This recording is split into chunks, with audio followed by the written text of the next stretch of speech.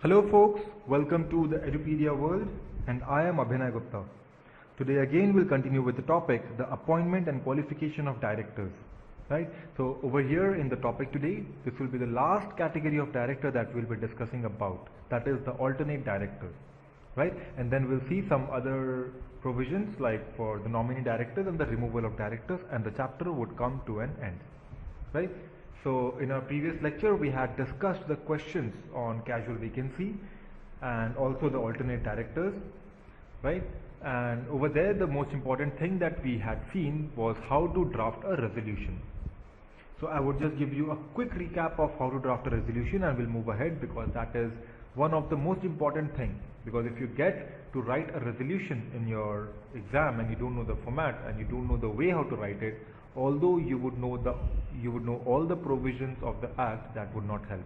You would get a 0 if the format is wrong. Right? And recently company has started asking, the institute has started asking questions like that. They have started demanding the resolution. Right? They want you to know how a resolution is to be prepared. So yeah, we'll again discuss the resolution of filling up the casual vacancy or the alternate director, whatever it goes. So I think we'll go with the alternate director thing first, okay? We'll just read out the resolution once again, it will be clear with you, and we'll move ahead with the lecture. Or not reading out, I'll just give you the brief as to what is to be there. What is the content, what is the format. So to start with, you'll have to mention the subject, the passing authority, and the nature of resolution.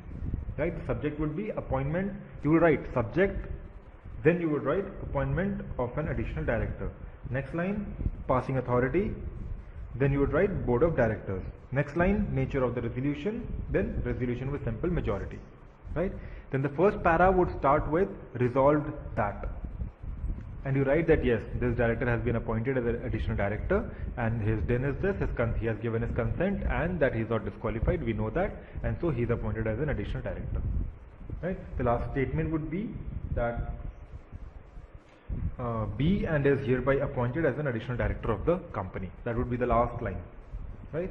Then in the second paragraph you would write about the tenure of an additional director in general. That is, and you started with resolved further that, and then you write that he would hold office for such and such period.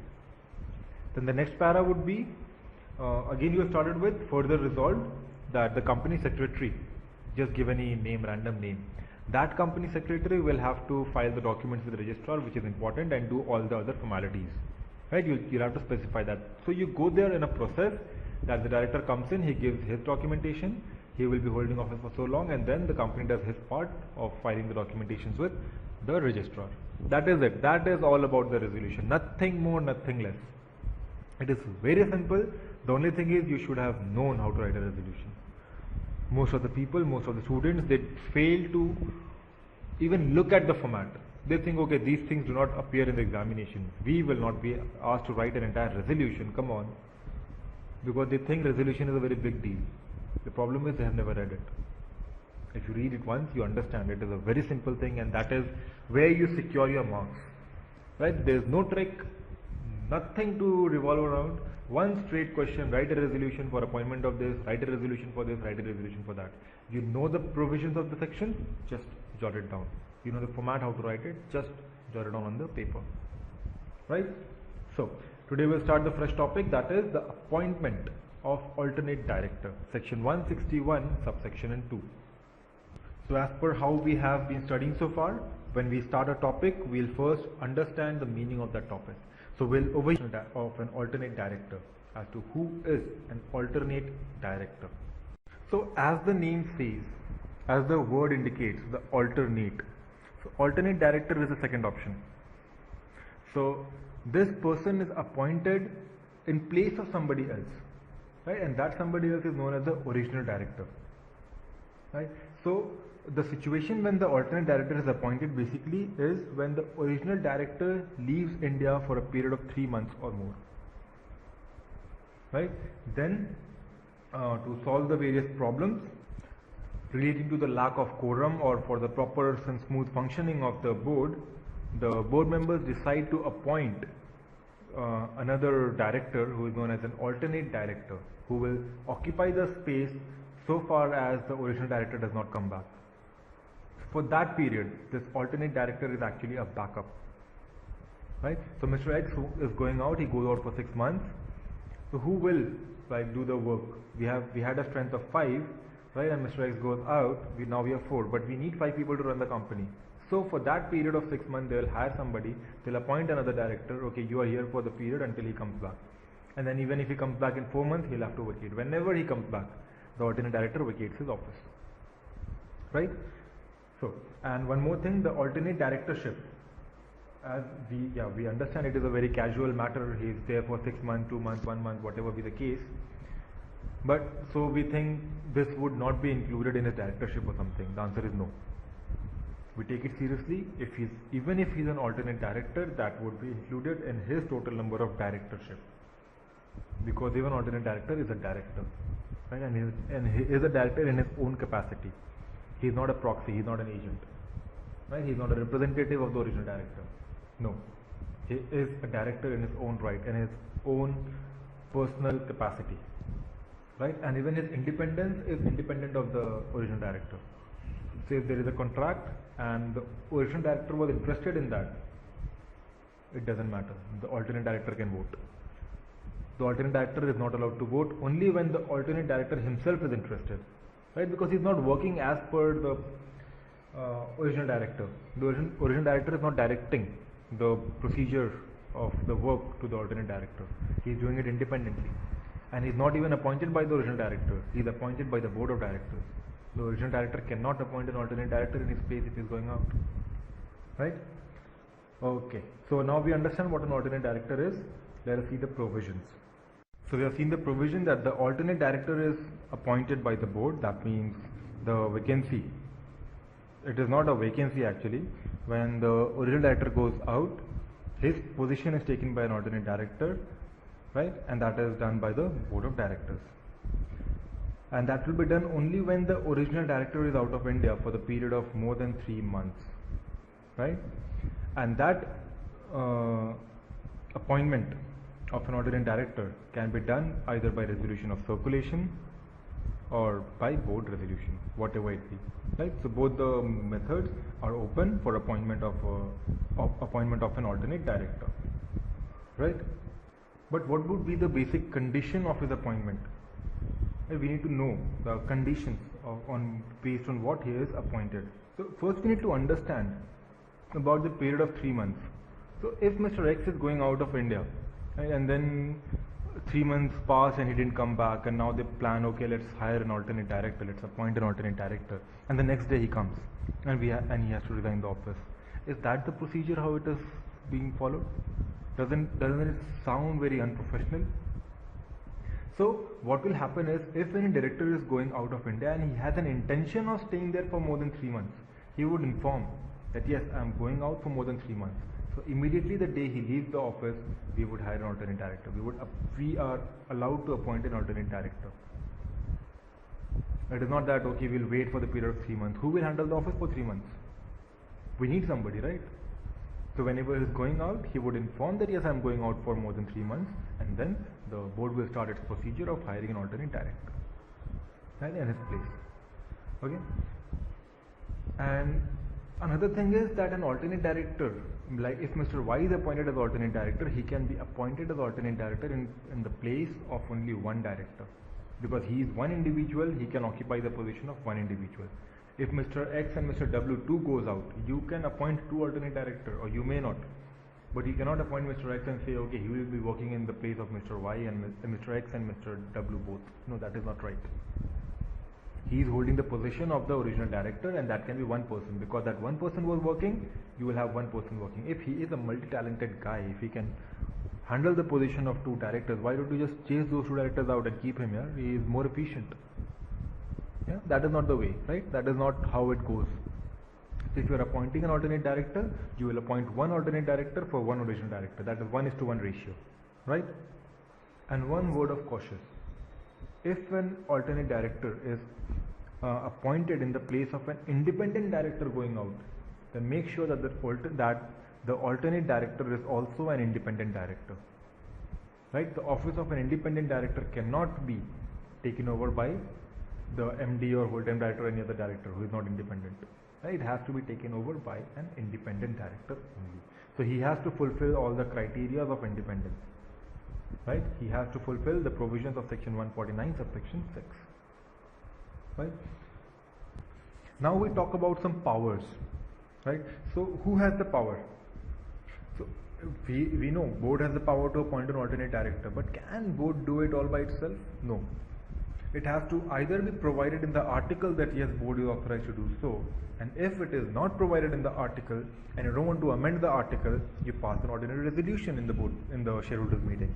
If shareholders say, if majority of them say that okay, let the board move ahead, let them hire an alternate director, appoint an alternate director, go ahead, the board can do that, right? So board will do it only when either it is empowered by the article or by the ordinary resolution, right? The original director, once he goes out for a period of 3 months, that is when the alternate director is appointed, right? But one thing that we need to understand is that the original director has no right to appoint an alternate director. He will play no role over there. He cannot, because that will be a representative or a proxy, and we already have seen that alternate director is not a representative, he is not a proxy, he is not an agent of the original director, he is an independent individual on his own, right? So that individual, the independent individual will be appointed by the board of directors, right? Even members cannot appoint an alternate director. Only what we can do is they can pass an ordinary resolution and empower the board to do so, but they themselves cannot appoint an alternate director, right? Next is the term of office, the tenure of an alternate director. So the alternate director would hold the office up to which the original director was supposed to hold, right? That will be if that original director does not come by that time. He'll have to vacate if the original director's period is over, right? But if anywhere before that the original director comes to India, he will automatically have to vacate. So it is either the tenure of original director or when original director returns to India, whichever is earlier. That would be the tenure for the alternate director, right? And for example, if the original director did not come back and his tenure comes to an end for the original director, or he's supposed to retire or something, right? And then the provision of reappointment at the time of retirement was applicable. So on whom will it be applicable, or who will be actually be on the position of taking over that office? Will it be the alternate director because he was the person standing in front of the audience then, or will it be the original director whose actual place it was, right? So we have seen that the alternate director would vacate the office with the expiry of the tenure of the original director or when he returns. So after that he will never continue. That is the maximum deadline. So he would not be reappointed, and reappointed would not attract to him. If somebody is reappointed, then that is the original director, because that is his office. It is not the office of the alternate director.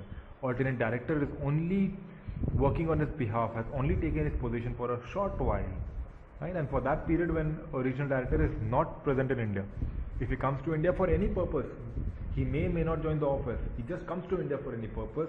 That is the day when alternate director has to vacate the office, right? So that is basically the provision of section 161 subsection 2, and it is applicable on all the companies, and you have no model on the table F like you had in additional director. You had regulation 66 over there, but you have no such model either in your casual vacancy or in terms of your alternate director, right folks? So we are done with the provisions. Let us give a little more time to this section and discuss some of the questions that have appeared in your examination. So the questions on alternate director. First we would discuss the question that had appeared in CA final May 2002 examination. So in May 2002 you were asked a very simple question. What were you asked? That is the original director empowered to appoint an alternate director? Is it? Is he empowered? No. Straightforward. So you write the answers as you know how you are supposed to write. You write the provisions of the section 161 as per who is supposed to appoint. The board is supposed to appoint if authorized by the article or the board or the ordinary resolution, right? And then you write that as per the given question, this is what they are asking, and he will not be allowed to do that. That is against the provision of the act, right? Next question that we'll see is about from the CA final November 2014, a very recent attempt. This is a tricky question, and that is why I'm discussing the questions, because there are some elements which are not directly given in your act, but that is deemed, and you need to know that, because when you get a question on that, it confuses you, because you haven't read anything specific like that, and then what are you supposed to answer? So this question is one among them, right? It is tricky. So you have seen that in your recent examinations, the question paper is going a little tough. You are getting tricky questions, you are getting to write the resolutions and stuff. The trend is changing. This was not the trend in the past.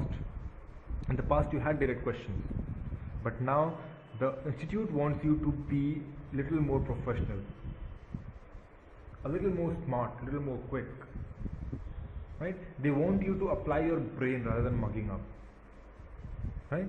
So what was the question in your CA final November 2014? It says that the company appointed an alternate director for 2 months specifically, where the original director had left office and gone abroad for 6 months. Can the company do that, or can the board do that? We haven't read anything like that. We know that board will appoint and he will vacate when the person comes, and no, that is a legal provision. But can they restrict it to the period of 2 months? Whether or not he comes, you have to vacate the office. The answer is no. Because as per section 161 subsection 2, when we are discussing about the alternate director, we know that his term of office would be ending only when the original director, either he comes back or the tenure of office of the original director expires. So there is no third provision. So restricting his duration, his tenure for 2 months, the power is not given to the board. The board can only appoint him. They cannot decide his tenure. No, because the act expressly provides for the 2 conditions when his tenure comes to an end. So third condition cannot be imposed by the directors, right? So board of directors will not be allowed to appoint an alternate director for a fixed period of 2 months, because the alternate director's term is fixed by the act itself, and the board of directors cannot overrule the act, right? That is how you write your answers. Then you had another question in CA final November 2014, 2 questions from the same topic, and that asked you about the appointment of an alternate director for an independent original director.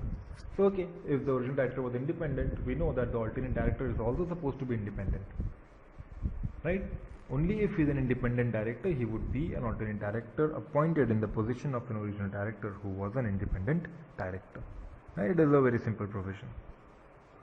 Okay, now we'll discuss one practical problem from your practice manual, right? Because we have covered the topics: additional director, casual vacancy, alternate director, total number of director, rotational, non-rotational, like majority kind of a director we have covered, right? And one is a nominee director. We have already seen the provision that they are not a part of total number of directors. So instead of waiting to complete all the provisions of nominee director and then discussing this question, I thought it's better we discuss the question now, right? So this is a little detailed question, right? If you have a practice manual, you can pull them out. If you don't, just listen to it very carefully, right? So you and I won't be able to directly specify which question, because most of you would be having a different version of your practice manual, right? They would be a different edition, so the question number changes. So once I discuss the question, you will understand. It's a big question. You have A to G list in that question. Just flip your pages, you may get that. Right? So what does the question ask? It is a comprehensive illustration actually. The question says that the company had 11 directors in their board, right? That is very simple. And then they say that they had 2 nominees from a public financial institution, whatever be the name, right? So over here it's given Mr. Active and Mr. Archive, right? So there were 2 directors. All we need to know is 2 nominee directors, right? And then we had 3 directors who were appointed in the second AGM, first, second and third. That is the name of the directors. Then you had 2 more directors in the third AGM, that is 4th and 5th, right? So you have total 5 directors appointed in the AGM, in the second AGM, first, second and third, in the third AGM, 4th and 5th, Mr. 4th and Mr. 5th, right? Then you also had an additional director, right, subsequent to the third AGM, whose name was Mr. Addition. Then you also had appointed a director to fill up the place of Mr. Soul, who died and was earlier appointed during the third AGM. Right? So that would be Mr. Casual. And then Mr. Excellent was appointed as managing director for 5 years with effect from second AGM. So from second AGM he would be there for 5 years, right? So he is not retiring. And Mr. One More was appointed as additional director soon after Mr. Addition was appointed as additional director. So you have 2 additional directors also. Right? So the question basically asks you to list out in order who shall be vacating the office at the 4th AGM. Right? So if we again summarize the number of directors, we had 2 additional nominee directors who will obviously not retire, right? Because they are not included in the total number of directors. They have a different provision altogether. So those are excluded. Then you have 3 directors in the second AGM, 2 in the third AGM. Right? So second AGM will retire before the third AGM directors because as per rotation they are the first 3 directors. Right? Then Mr. Addition, he will anyways have to vacate the office. Mr. One More, another additional director, will again have to anyway vacate the office, and the person occupying the casual vacancy would vacate when the tenure comes to an end. Right? Not at the AGM, not necessarily. And Mr. Excellent, who was appointed as managing director for 5 years in the second AGM also. So in second AGM you had 4 directors appointed, right? So among those 4 directors to have to vacate the office, because your total number of directors over here were 11, then you will exclude 2 nominee directors. You come down to 9, right? Your 2 additional directors are anyways included in the total number of directors, but they will be non-rotational because they will have to vacate the office at that day. They are not resigning directors, right? They are non-rotational. So 9 minus 2, we have 7 directors, right? And then Mr. Casual, who was appointed to fill up the casual vacancy of Soul, will also not be a rotational director, means he would be a non-rotational director, right? Because for a very simple reason, he would hold the office till the tenure of that casual vacancy person comes to an end, right? So even he is a non-rotational director. So you have left with you 6 rotational directors, right? The managing director, whether or not rotational, non-rotational, irrespective of that, he would be included in total number, right? So you have 6 rotational directors, so 1/3 has to retire. That means 2 directors will have to retire. And since you had 4 directors serving the longest, who were appointed in second AGM, Mr. Excellent, the MD, and Mr. First, Second and Third. So out of these, if you have an agreement, 2 of them will leave. If you don't have an agreement, then draw by lot and 2 of them will leave. Along with them, the 2 additional directors will leave. Right? So I think this made the concept a little more clearer for you. Right? So people who had the question in front of you, I think it was a little simpler for them. And the people who didn't have the book, please re-listen to the question, and I'm sure it will be very clear with you. Right? So that will be the end of the lecture today. So stay tuned for the next lecture. Until then, this is Abhinay Gupta signing